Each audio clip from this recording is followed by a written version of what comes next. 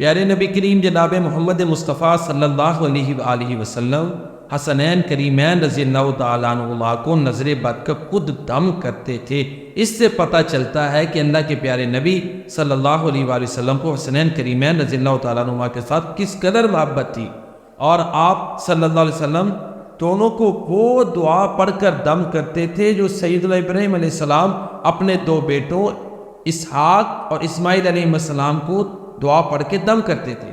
اور وہ دعا یہ ہے اعوذ بکلمات اللہ التامات من کل شیطان وہامہ من کل عین لامہ۔ اعیذکما،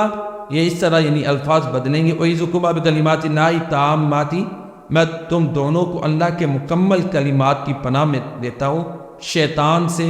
اور ہر قسم کے وسوسے سے۔ تو بہرحال یہ وہ دعا ہے جو اللہ کے نبی صلی اللہ علیہ وسلم حسنین کریمین رضی اللہ تعالیٰ عنہما کو پڑھ کر دم کرتے تھے۔